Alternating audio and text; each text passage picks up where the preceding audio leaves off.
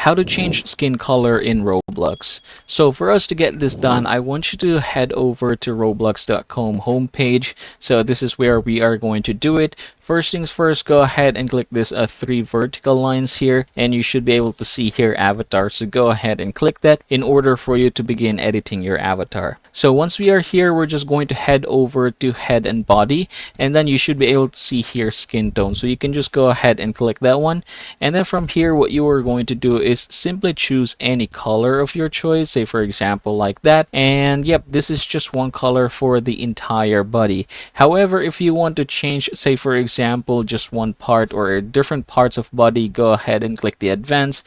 And here for example, I'm gonna try the head. So for the head, I'm gonna try to use say for example this color right here.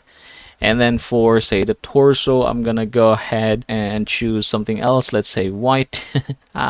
Just a choice of mine. And then for the left arm, it's going to be, say for example, red. For right arm, it's going to be blue. Left leg, so let's go ahead and try to choose this one. Right leg, I'm gonna try choose this one right here. So yep, that is how you are going to get this done, everybody. So yeah, again, you can go ahead and customize this according to your liking.